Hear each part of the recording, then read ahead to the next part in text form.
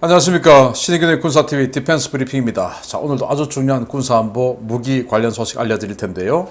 자, 우크라이나에서 지금 러시아가 최강의 전투기라고 자랑하는 수호이 35, 그 수호이 35를 가지고 완전히 몸개그를 보여주었습니다.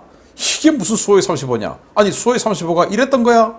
라고 인도에서조차 비아냥이 일어나고 있는데 어떤 내용인지 알아보겠고, 그리고 지금 시진핑 3연임 성공 이후에 곧 대만을 칠 것이다.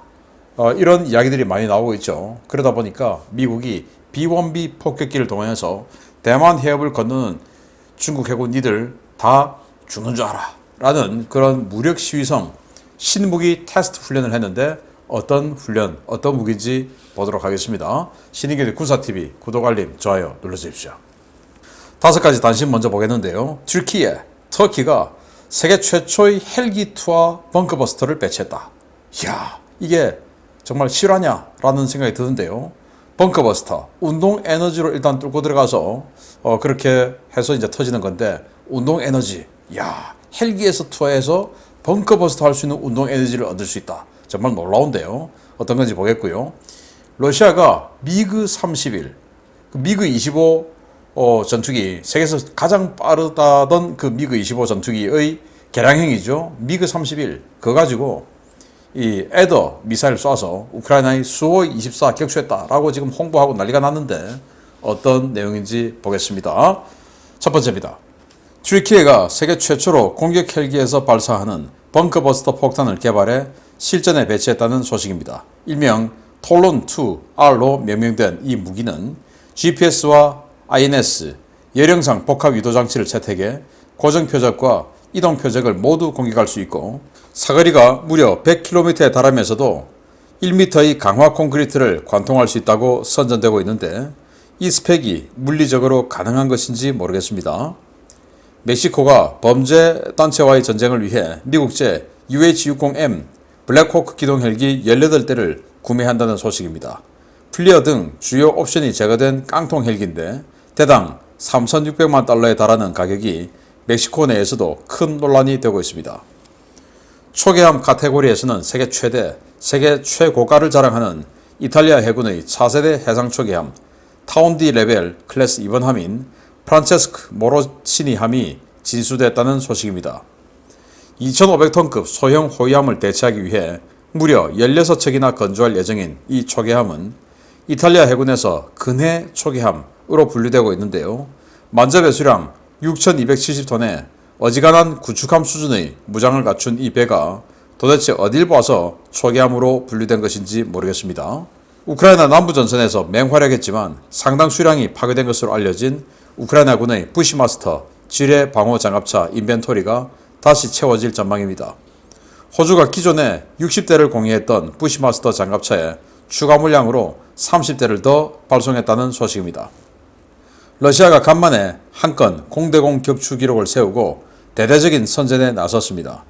구체적으로 언제 어디서 이루어졌는지는 밝히지 않은 채 미그 31BM 전투기가 고고도 전투 공중 초계 중에 우크라이나 수호이 24 공격기를 R-77 에더 공대공 미사일로 격추했다고 러시아 국방부가 밝혔습니다. 자, 운동 에너지는 속도와 무게가 더해진 그게 운동 에너지 아니겠습니까? 그러면은 무게야 뭐 어쩔 수 없는데 헬기에서 투하하는데 무게가 무거울 리가 없죠. 헬기는 이 페이로드가 이제 약하니까 무거운 건 못 듭니다. 그런데 그럼 속도, 헬기는 아무리 빨라봐야 자기가 300km예요. 그러면 이 자기가 300km로 가면서 던진다 하더라도 이 관성에 의한 운동 에너지 기껏해야 300km 밖에 안 되는 거예요. 그리고 또 이게 이제 속도와 또 비례해서 또 떨어질 때 중력 가속도가 붙어야 되는데 그러면 아주 높은 곳에서 투하를 해야 되겠죠. 근데 헬기는 또 높은 곳에 못 올라가요. 그런데 도대체 어느 정도의 운동 에너지를 얻을 수 있을 것인지, 그런데 무려 1m의 콘크리트를 관통할 수 있다 라고 하는데 이게 실화라면 정말 외계인 잡아다가 만든 무기가 아닌가 생각이 되고, 당연히 우리도 그럼 빨리 만들어야 되겠죠. 이거 가능하다면. 자, 미국이 SDB라고 하는 소형 유도 폭탄 또 장거리 활공 폭탄 만들었죠. SDB-1 같은 경우는 110km를 활공해 가서 때리고, 그런데 이게 벙커버스터 기능이 있어서 1.1에서 한 1.3m 정도를 뚫고 들어간다 라고 재원표에 나와 있는데, 미국도 자기네들도 큰 자신이 없는지 대단히 뭐 크게 홍보는 하고 있지 않아요. 그 벙커버스터 능력에 대해서. 어쨌든 110km를 날아간다. 그런데 SDB2는 자 110km 날아가는데 이 원이 말이야, 이동하는 적의 타일이라든지 이동하는 표적은 못 하잖아. 그래서 SDB2는 이 사거리를 줄입니다. 74km로 줄이면서 이동하는 표적을 따라가서 때릴 수 있게끔 만들었어요. 그 대신 벙커버스터 기능은 없고, 자 그렇게 해서 SDB1, 2를 만들었는데, 이 트리키의 벙커버스터는 그거 두 개를 합한 겁니다. 이동하는 것도 때릴 수 있고 100km 날아갈 수 있고, 그리고 벙커버스터 능력도 1m나 되고, 정말 튀르키예의 기술력은 어디까지일까요? 그러나 기술력이 아니고 뻥이라면 어떡합니까? 자, 멕시코가 마약단하고 싸우기 위해서 이런 헬기들 도입을 하는데, 트럼프 시대에도 이 헬기 UH-60M 8대 도입을 했었어요. 근데 이번에 구매를 또 18대를 구매를 했는데, 많죠. 대당 3,600만 달러. 플리어 같은 탐지 장비, 정찰 장비도 없는 이 깡통 버전을 3,600만 달러. 바가지, 눈탱이를 세게 맞은 것 같습니다. 자, 이거 한번 보십시오. 6,300톤짜리 초계함. 자, 고속정, 그 다음에 초계함, 호위함, 구축함, 이렇게 올라가죠. 우리 한국 같은 경우는 한 1,000톤 정도 되면 초계함, 2,000톤 이상부터는 호위함, 한 5,000톤 되면 구축함, 이렇게 우리는 부르는데 6,300톤인데 초계함. 그것도 원해 초계함이 아니라 근해 초계함. 지중해, 그냥 이 이탈리아 반도 앞뒤에서 아드리아해, 또 지중해 일부, 여기에서 작전하는 근해 초계함으로 6,300톤짜리, 가격은 무려 우리 한국 돈으로 9천억 원가량, 이걸 무려 16척. 그래서 지금 현재까지 2척을 진수했고 5척을 현재 건조 중에 있고 3척을 발주했어요. 그리고 6척은 대기하고 있죠. 그런데 이거 의회 통과할 때는 초계함 2,500톤짜리 조그만 거 이거 대체하는 사업이에요 하고는 의회 통과를 해놓고, 실제 만들 때는 이렇게 만든 겁니다. 한 15에서 16조 원 정도 되는 사업인데 왜 그 돈 들여서 이런 거 만드는지 모르겠습니다. 그래서 무장을 보면 초계함으로 보기에는 엄청나게 강하고, 구축함으로 6,300톤짜리 구축함으로 보기에는 뭐 이런 걸 달아놨냐 라는 생각이 들고, 그 돈으로 9천억 원짜리 초계함을 16척, 이탈리아가 그렇게 넉넉한 데가 아닌데 이해할 수 없는 행동을 하고 있습니다. 자, 부시마스터 장갑차인데요. M랩이죠. 지뢰방어 장갑차. 이거 60대를 호주가 우크라이나에게 줬는데 뭐 전투하다 보니까 많이 파괴됐죠. 지금 사실은 뭐 제가 러시아 무기 파괴되는 것만 알려드리고 있지만 우크라이나 무기도 꽤 파괴되고 있습니다. 미국이 준 M123 장갑차, 그리고 이런 M랩 장갑차 많이 파괴되고 있어요. 뭐 그렇다 하더라도 러시아처럼 많이 되는 건 아니고, 이 좀 짜게 평가하는 데는 6.5대 1에서 1 정도의 이 교환비, 6.5대 1. 또 좀 넉넉하게 평가하는 데는 12대 1. 뭐 이렇게 평가를 해요. 그래서 러시아 장갑차가 뭐 한 3,000대 개파됐으면 우크라이나 장갑차는 한 500대, 적게는 뭐 한 300대 뭐 이렇게 격파가 됐다라고 하는데, 12대 1은 아니겠죠. 뭐 한 6.5대 1, 뭐 그게 근사치가 되지 않을까 생각되는데, 아무튼 많이 파괴됐다. 그런데 호주가 30대 또 준다라는 거네요. 자, 이거 미그 25, 정말 냉전시대 때 전 세계를 공포에 빠뜨렸던 마 3이 넘는 그런 어마어마한 속도의 고고도 요격기, 미국이 폭격기가 오는 것을 고고도에서 요격하는 임무로 만들었던 바로 그 미그 31, 미그 25를 이제 더 개량해가지고 미그 31 만들었죠. 그런데 이거 가지고 고고도에서 공중 초기하고 있다가 룩다운 모드로 보니까 저 밑에 우크라이나 수호이 24가 막 날아가고 있네. 이거 잡아야지 하고는 R77 에더, 알라모보다 더 좋은 에더 미사일 쐈다는 거예요. 그래서 격추시켰다 해가지고 뭐 홍보하고 지금 난리가 났는데, 인도 언론인 유라시안 타임스에서 야, 이 미그 31이 수호이 24 공격기 격추한 게 그게 뭐 자랑할 일이냐? 그리고 전쟁 중에 그거 뭐 하나 격추한 게 그렇게 대단하냐? 얼마나 지금 러시아 전투기가 주어 터졌으면, 하이급 전투기 가지고, 물론 뭐 공중전을 잘하는 전투기는 아닙니다만은 하이급 전투기 가지고 공격기 격추한 걸 가지고 이렇게 지금 좋아하고 있는 러시아의 상황 알려드렸고요. 첫 번째 소식 들어갑니다. 최근 미 공군 폭격기들의 기뢰 투발 훈련 빈도가 부쩍 늘어나는 것 같습니다. 괌에 전개된 미 공군 B-1B 폭격기들이 서태평양 모처에서 긴급 기뢰 부설 훈련을 실시했다는 소식입니다. 중국에 대한 해상 봉쇄를 노리는 것 같습니다.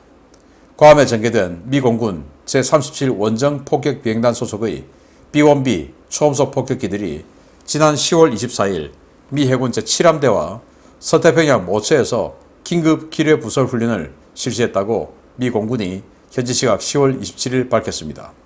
지난 10월 24일 오키나와 인근 해역에서 실시된 것으로 추정되는 이번 훈련은 무려 42발의 기뢰를 목표 해역 일대에 신속 부설해 기뢰원을 조성하는 시나리오로 실시됐는데요. 훈련에 동원된 B-1B 폭격기 2대는 마크 62 500파운드 퀵 스트라이크 기뢰를 각각 21발씩 탑재하고 훈련을 실시했습니다. GPS 유도 폭탄인 제담을 개조한 기뢰인 퀵 스트라이크 기뢰는 기존의 제담에 부유장치와 센서를 추가 부착하는 것만으로 제작이 가능한 활공 투하식 기뢰인데요. 2000파운드부터 500파운드까지 모든 유형의 제담에 탑재할 수 있습니다.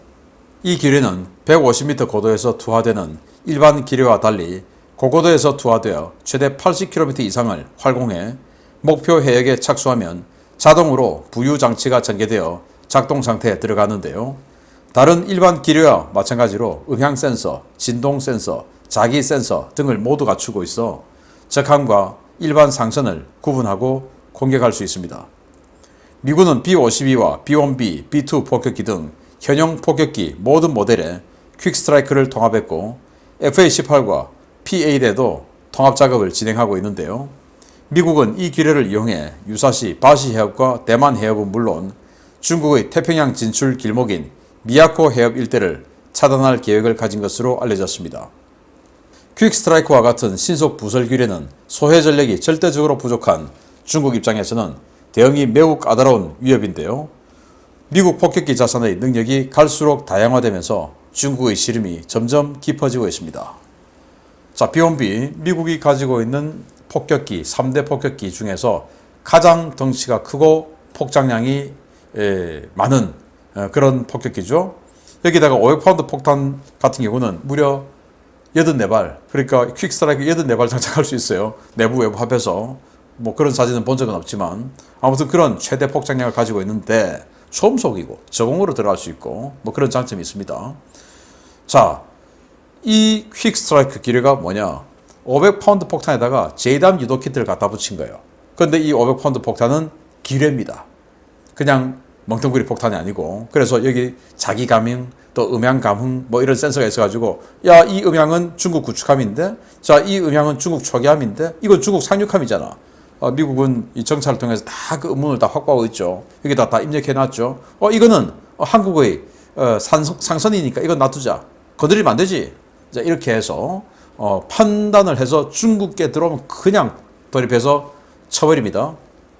그걸 B-1B 폭격기가 한 대에 21발씩, 두 대가 41발을 이제 뿌리는 훈련을 했는데, 어디서 뿌렸냐?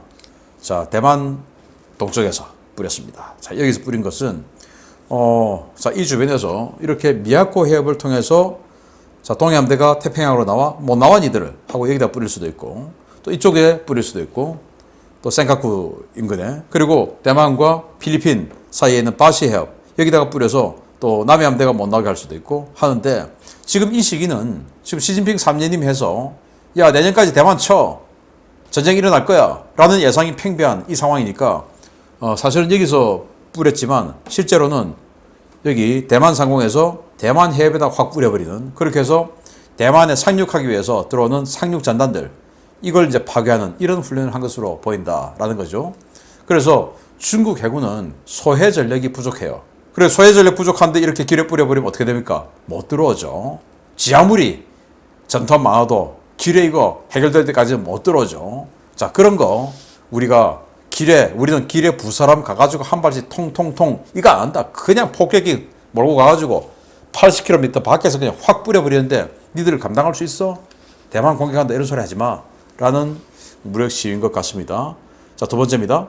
러시아 정밀 유도무기 재고 소진설이 끊임없이 흘러나오는 가운데 러시아가 항공기 투발용 정밀 유도 무기를 정말 거의 다 쓴 것 같아 보이는 상황이 확인되어 눈길을 끌고 있습니다. 우크라이나 동부 전선에서 정말 황당한 상황이 벌어졌습니다. 카탈로그 데이터상으로는 적의 방공망 밖에서 고정밀 유도 무기를 투하하는 임무를 수행하는 4.5세대 플러스 전투기로 소개되고 있는 러시아 공군 수호이 35 전투기가 1980년대 소련 전투기나 쓸 법한 무장과 전술로 우크라이나군을 공격하려 했다고 우크라이나군의 오신트 소식통이 현지 시각 10월 27일 밝혔습니다. 크레미나 인근으로 추정되는 전선에서 촬영된 영상에서는 진격하는 우크라이나군 보병 대열 상공에 갑자기 나타난 러시아군 전투기가 폭탄 3발을 투하하고 사라지는 모습이 나오는데요. 영상 속에 등장하는 전투기는 수호이 35 슈퍼 플랭크로 확인되었습니다.